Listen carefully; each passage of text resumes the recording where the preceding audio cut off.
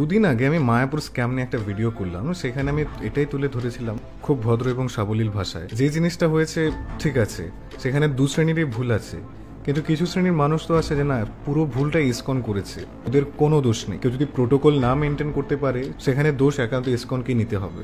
খুব ভালো কথা, বেশ ভালো। আমি পাল্টা রিয়াকশন কাউকে দেইনি কমেন্ট সেকশনে। আর আমি প্রথমে বলেও নিয়েছি আমি সাধারণ সদস্যর জায়গা থেকে কথা বলছি, আমি ম্যানেজমেন্টের কেউ। এবং আমি একটা কমেন্টও লিখে দিয়েছিলাম, ভিডিওটা পুরো না দেখে দয়া করে কেউ তার মূল্যবান বক্তব্য দেবেন না। কিন্তু ভিডিও না দেখে শুধুমাত্র হেডিংস দেখে প্রত্যেকে কমেন্ট সেকশনে কমেন্ট দেওয়া শুরু করেছে। এটা আমার কাছে খুবই বাজে লেগেছে। আমি কাদের জন্য কথাগুলো বললাম, যাই হোক, ওটা মূল বিষয় না। মূল বিষয়টা হচ্ছে আমি কমেন্ট সেকশনে দেখছিলাম ওখানে ইসকন নিয়ে এমন কিছু কথা বা কটূক্তি করা হয়েছে যেটা দেখে শুনে বুঝে আমার কাছে মনে হলো যে এই ভিডিওটা করাটা প্রয়োজন ইমিডিয়েটলি। এই কারণেই আমি ভিডিওটা করছি আর কি। তো আমার একটা রিকোয়েস্ট, দয়া করে যারা শুনবেন এই কথাগুলো প্লিজ পুরোটা শুনুন।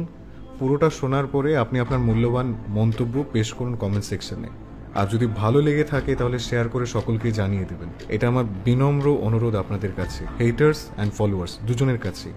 ম্যাক্সিমাম পিপল কমেন্ট সেকশনে কমেন্টস করেছে ইসকন হচ্ছে বিদেশি সোসাইটি যেটা ভারতীয় সাধারণ মানুষের টাকা লুটপাট করে আমেরিকায় পাঠাচ্ছে। আমি জানি না এটা কতটুকু সত্য, আমি তো আজ পর্যন্ত দেখিনি। এবং মূল কন্টেন্ট ক্রিয়েটার যে ওর কমেন্ট সেকশনে আমি দেখছিলাম যে ইসকনকে নিয়ে এই ধরনের উদ্ভট কথা কেউ বলছে, সে সেটাকে সাই দিয়ে যাচ্ছে। তাহলে ইসকন সম্পর্কে যাদের কনসেপ্ট এতটাই আনক্লিয়ার আছে, সেখানে ইসকনের দোষ খোঁজার মতো মানুষের অভাব হবে না, সেটা বোঝাই যাচ্ছে তাদের ব্যবহার, তাদের পরিচয় ইত্যাদির মাধ্যমে। আর আমার কমেন্ট সেকশনে যে সমস্ত রুড ভাষাকে ইউজ করা হয়েছে, তো এইটা আমি বুঝতেই পারছি যে শিক্ষা কতটুকু ডাউন পর্যায়ে থাকলে মানুষের ব্যবহার এরকমটা হতে পারে। ইসকন তোমার কি ক্ষতি করেছে? যদি ইসকন না থাকতো না, আজকে নিজেকে ভারতীয় বলছো না, এইটুকু তুমি বলতে পারতে না। বলতে পারো এত বড় কথা বলছো তুমি? আরে তুমি হিস্ট্রি তো পড়ো, ইতিহাস তো পড়ো আগে। তুমি কি জানো 1700 খ্রিস্টাব্দ থেকে 1947 অর্থাৎ দেশ স্বাধীন হওয়ার আগ পর্যন্ত ইংরেজদের নীতিমালা কি ছিল ভারতীয়দের ক্ষেত্রে? তাদের বড় বড় অফিস, আদালত, ক্লাব, রেস্টুরেন্ট, হোটেল, এই সমস্ত জায়গায় তারা বড় বোর্ডে টাঙিয়ে দিত। কি লেখা থাকতো জানো? সেই বোর্ডের মাঝে লেখা থাকতো ইন্ডিয়ান এবং কুকুর। তাদের অফিস, আদালত, রেস্টুরেন্ট, ক্লাব এইগুলোতে যেন না প্রবেশ করে, বোর্ডের মাধ্যমে ওপেনলি লিখে রাখা হতো। যদি কেউ ঢুকতো না, তাকে বেধম মারধর দেওয়া হতো, এমনকি ক্রস ফায়ার করেও পর্যন্ত মেরে ফেলা হতো সিস্টেম ব্রেক করার কারণে। তো যে ইউরোপিয়ানদের কনসেপ্ট ইংরেজদের কনসেপ্ট এমন ছিল যে ইন্ডিয়ান যারা ভারতীয় অর্থাৎ আমরা যারা ছিলাম, আমাদেরকে কুকুরের সঙ্গে তুলনা করেছিল। শুধু আমাদের নয়, তোমাদেরও, তোমরা যারা ইন্ডিয়ান বলো নিজেকে। এটা ব্রিটিশ কনসেপ্ট ছিল। কুকুরকে যে দৃষ্টিতে দেখা হতো না, একজন ভারতীয়কে সেই দৃষ্টিতে দেখা হতো। সব থেকে বড় দুঃখের বিষয় কি জানো? তোমরা যারা ফ্রিডম ফাইটারদের জীবনী পড়েছো না, তাদের আদর্শকে মেনটেন করতে পারোনি। তারা যে স্বপ্নের ভারত দেখেছিল ব্রিটিশ চলে যাবার পর, সেটার উল্টোটা হয়ে গেছে। যদি তারা ইমাজিনেশন করতে পারতো, তাদের ভিজুয়ালাইজেশন যদি এতটা ক্লিয়ার থাকতো না যে আমরা যে দেশের জন্য রক্ত দিচ্ছি, প্রাণ দিচ্ছি দেশকে স্বাধীন করার জন্য, কিন্তু দেশের মানুষ ইউরোপিয়ান কালচারে অ্যাডিক্টেড থাকবে, তাহলে ভারতকে স্বাধীন করার কোনো প্রয়োজনই ছিল না, যেটা বর্তমানে তোমরা শো আপ করছো। স্বামীজির পপুলেশন তো ভারতে প্রচুর পরিমাণে, কিন্তু কি কারণ হয়েছে সেটা অধিকাংশ ভারতীয় জানে না। তার জীবনী সম্পর্কে কতটুকু জানো? 1853 খ্রিস্টাব্দের মে মাসে মুম্বাই থেকে যখন জাহাজে করে তিনি আমেরিকায় গেলেন বিনা আমন্ত্রণে। কিসের কারণে? কারণ আমেরিকার শিকাগো শহরে সেখানে একটা ধর্মীয় সভার আয়োজন করা হয়েছিল, যেখানে বিভিন্ন ধর্মের মানুষ তার ধর্ম সম্পর্কে বলবে। তিনি যখন আমেরিকায় গেলেন না, ওনাকে সবার লাস্টে সুযোগ বা অপরচুনিটি দেওয়া হয়েছিল যে আপনি আপনার ধর্ম সম্পর্কে বলুন। অন্য প্রত্যেকটা বক্তাকে ইন্ডিভিজুয়াল 20 মিনিটস করে প্রোভাইড করা হয়েছিল, কিন্তু স্বামীজির ক্ষেত্রে কেবলমাত্র 5 মিনিটস। স্বামীজি তো ভারতীয় সংস্কৃতি অর্থাৎ সনাতন সংস্কৃতিকে প্রচার করার জন্য আমেরিকাতে গিয়েছিলেন, তাই না? ওখানে স্বামীজিকে দেখানো হয়েছিল অন্য সমস্ত ধর্মগ্রন্থ, কুরআন বলো, বাইবেল বলো, ত্রিপিটক বলো, বিভিন্ন ধর্মের প্রত্যেকটা ধর্মের মানুষের বই গীতার উপরে রাখা হয়েছে, আর গীতাকে সবার নিচে রাখা হয়েছে। তাকে খোঁচা মেরে জানো কি বলা হয়েছিল? যে গীতার মাঝে এমন কোনো জ্ঞান নেই বিধায় গীতা সমস্ত ধর্মীয় গ্রন্থের নিচে রাখা হয়েছে। স্বামীজি পাল্টা উত্তর কি দিয়েছিল জানো? গীতাই এমন একটা বই, যদি এটাকে উপরে রাখা হতো তাহলে বাকি ধর্মগ্রন্থগুলো গীতার জ্ঞানের ওজন গ্রহণ করতে পারত। এর মধ্যে সেই ক্যাপাসিটি আছে বিধায় গীতাকে রাখা হয়েছে নিচে, বাকি ধর্মগ্রন্থকে উপরে রাখা হয়েছে। এবং লাস্টে মঞ্চের সঞ্চালক যখন তাকে বলল আপনি 5 মিনিট নিজের সংস্কৃতি সম্পর্কে বলুন, মানুষের আর ধৈর্য হচ্ছে না, সবাই চলে যাচ্ছে। স্বাভাবিক, 14 থেকে 15টা ধর্মের মানুষ ইন্ডিভিজুয়াল 20 মিনিট করে যদি দেয়, সেখানে তো অনেকটা সময় খেয়ে যায়। ভারতীয় সংস্কৃতিকে শোনার জন্য 5 মিনিট টাইম, স্বামীজিকে দেওয়া হয়েছিল, তিনি সেই সময়টাকে কাজে লাগিয়েছিলেন।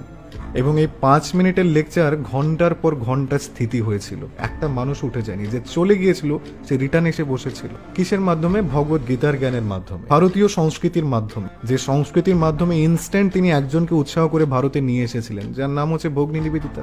এই কারণে স্বামীজি সারা ভারতের মানুষের কাছে পপুলেশন। কিন্তু তার আদর্শ কতজন মানছো তোমরা? তিনি স্যুট বুট কোটটাই পরে যায়নি, ধুতি কুর্তা পরেই গিয়েছিলেন।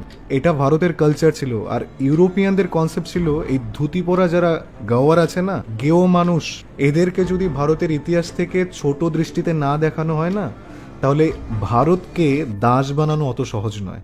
তারপর তোমরা যে এডুকেশনে আছো না, একাডেমিক শিক্ষার জোর দেখাচ্ছ, আমি শিক্ষিত। আরে তুমি তো দেখো মডার্ন ইন্ডিয়াতে ভারতের এডুকেশন ব্যবস্থাকে কে চেঞ্জ আপ করেছে। ভারতের কলকাতায় 7,000 গুরুকুল চলতো 1835 এর আগে। 1835 সালে মিনিট এডুকেশন সিস্টেম, মানে ব্যাবিংটন ম্যাকলে মিনিট কর্তৃক ভারতের সমস্ত এডুকেশন সিস্টেমকে চেঞ্জ করে দেওয়া হলো। কারণ তার মূল কনসেপ্ট ছিল, যদি ইংরেজি ভাষায় আমি এদেরকে অভ্যস্ত না করতে পারি, তাহলে আমি আমার মেসেজ তাদেরকে দিতে পারবো না। আর যদি জ্ঞানের দিক দিয়ে এদেরকে পঙ্গু নাই বানাতে পারি, তাহলে দাস বানানো সম্ভব হবে না। আরো অধিক সময় ভারতকে রাজ করা আমাদের পক্ষে পসিবল নয়। এই মনোভাবগুলো আজ পর্যন্ত কেউ বোঝার চেষ্টাই করেনি। তো যে ব্রিটিশদের এত কিছু করে তাড়ানো হলো ভারত থেকে, তাদের এভরিথিং, সমস্ত সিস্টেম, রেজুলেশন, প্রিন্সিপাল, সমস্ত কিছু এখনো সেইভাবেই রয়ে গেছে যেইভাবে তারা করে গিয়েছিল। তাহলে সেই সমস্ত ইউরোপিয়ান শিক্ষার ভারতীয়দের কাছ থেকে আমরা কি এক্সপেক্ট করতে পারি? যেখানে আমি আমার দেশের সংস্কৃতি, তিলক মালা যদি আমি রাখি, তাহলে আমি ভাওতাবাজ। আমার দেশে আমার সংস্কৃতিকে সম্মান দেওয়া হচ্ছে না। এর থেকে বড় দুঃখের বিষয় আর কি আছে? তোমাদের থেকে বিধর্মীরা কেন ভালো জানো? ওরা মুসলিম ধর্মই দেখো না কেন, 143টা সোসাইটি আছে তাদের ধর্মের মানুষকে টিকিয়ে রাখার জন্য। আর তোমাদের ধর্মের জন্য কথা বলতে গেলে তাদের দোষটা সব থেকে বেশি দেখছো। ভালো পয়েন্ট 1000টা থাক, তোমার দৃষ্টির সম্মুখে সেটা সবসময় ঝাপসাই থাক। এটা হচ্ছে তোমার কনসেপ্ট। আর ইসকন নিয়ে এত সমস্যা না। ইসকনের যিনি প্রভুপাদ না, তার জীবনী সম্পর্কে একটু পড়ো। 1896 সালে কলকাতার টালিগঞ্জে জন্মগ্রহণ করেন। 1965 সালে মাত্র 40 টাকা নিয়ে আমেরিকায় যায়। তিনিও জাহাজে করে গিয়েছিলেন কলকাতা থেকে বোস্টনে। 38 দিন সময় লেগেছিল। টেনশন প্রচুর হচ্ছিল যে আমি ওখানে গিয়ে কি করবো। ওই টেনশন থেকে 70 বছর বয়সের বৃদ্ধ না দুবার হার্ট অ্যাটাক করেছিল। হার্ট অ্যাটাক করার পরেও বোস্টনে গিয়ে পৌঁছায়। দেন বোস্টনে 1 মাস থাকার পর যখন দেখতে পাচ্ছেন যে তিনি প্রচার কার্য কোনোভাবেই করতে পারছে না, তখন তিনি গেলেন নিউ ইয়র্ক সিটিতে। সেখানে টম স্কিন স্কোয়াড পার্ক থেকে তার যাত্রা শুরু হলো এবং তার কিছুদিনের মাঝেই 1966-এ তিনি অফিসিয়ালি ইসকনকে প্রতিষ্ঠিত করেন, মাত্র 6 জন সদস্য নিয়ে। এবং অফিসিয়ালি 1968 সালে ইউরোপ থেকে জর্জ হ্যারিসনের নামের একজন ব্যক্তি, যিনি তৎকাল সময় একজন বিখ্যাত ব্যান্ডের একজন সিঙ্গার ছিলেন, তিনি প্রভুপাদকে ইনভাইটেশন করে নিয়ে যান ইউরোপের কান্ট্রিতে, যে আমি এখানে একটা ধর্মীয় সভার আয়োজন করছি, আপনি ইউরোপিয়ানদের ভারতীয় কালচার সম্পর্কে কিছু বলুন। প্রভুপাদ সেখানে অডিয়েন্সে গেলেন, ব্যাস আসনে বসে আছেন, একটা মানুষও তার সামনে নেই।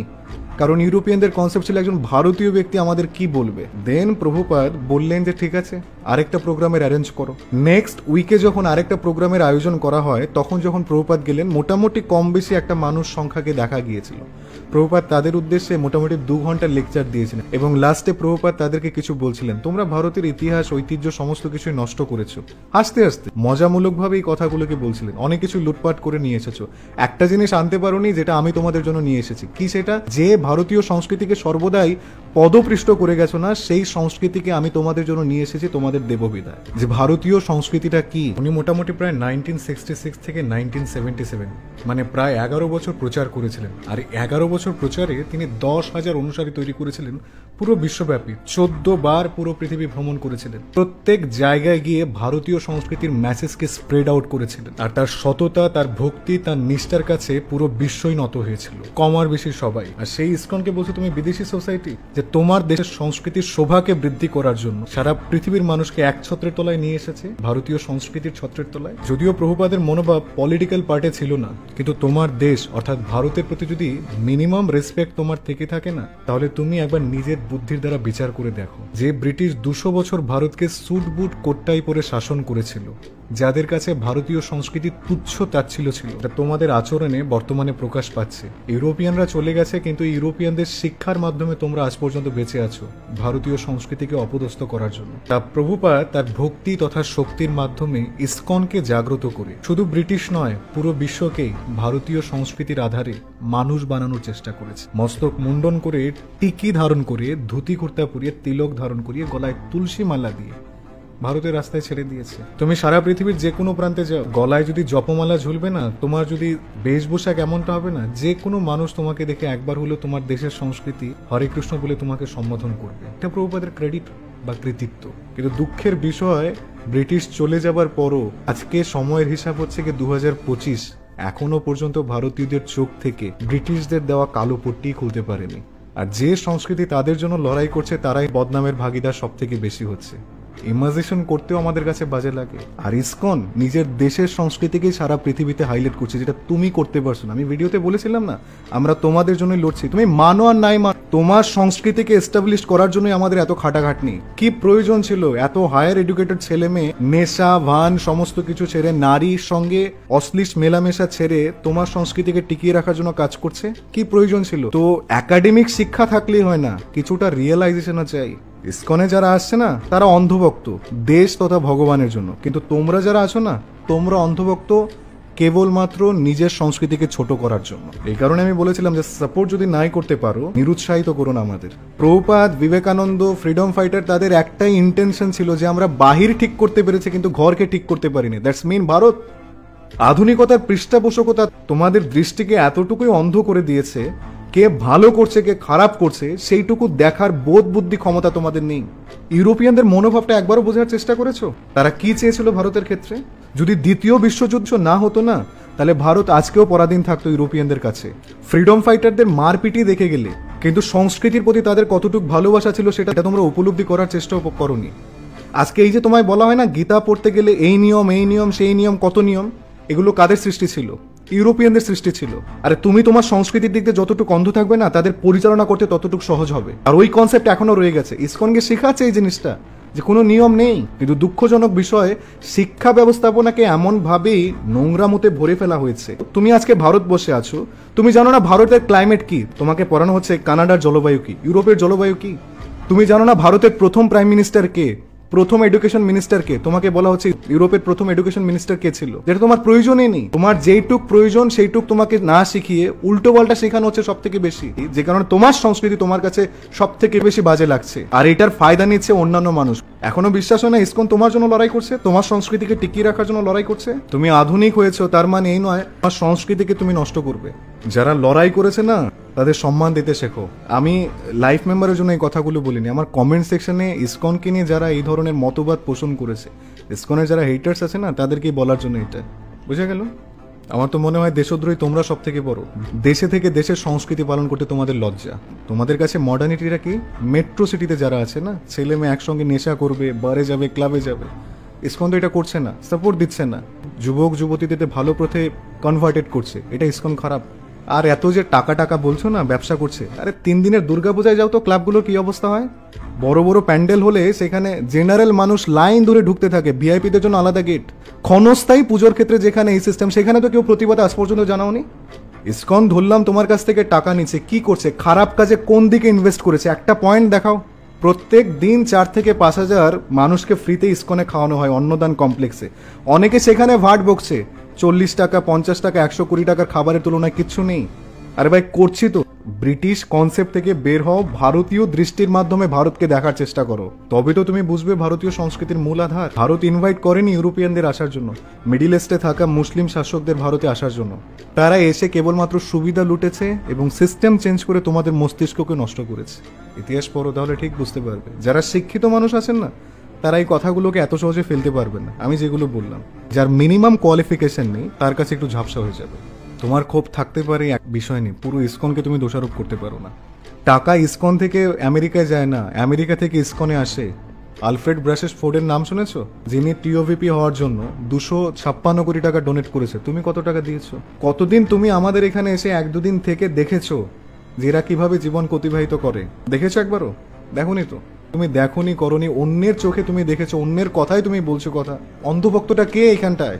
যদি এটা এতটাই খারাপ সোসাইটি থাকতো তাহলে দেশ বিদেশের মানুষ এত সহজে কানেক্টেড হতে পারতো না। বলো তারা মূর্খ, তাহলে আর কিছু বলার মতো নেই এখানে। পড়ো, জ্ঞান 2 টাকার হলেও মাথায় থাকবে, বোঝা গেল? জুতো লাখ টাকার হলেও পায়ে থাকবে। পড়ো, পড়ার কোনো বিকল্প নেই।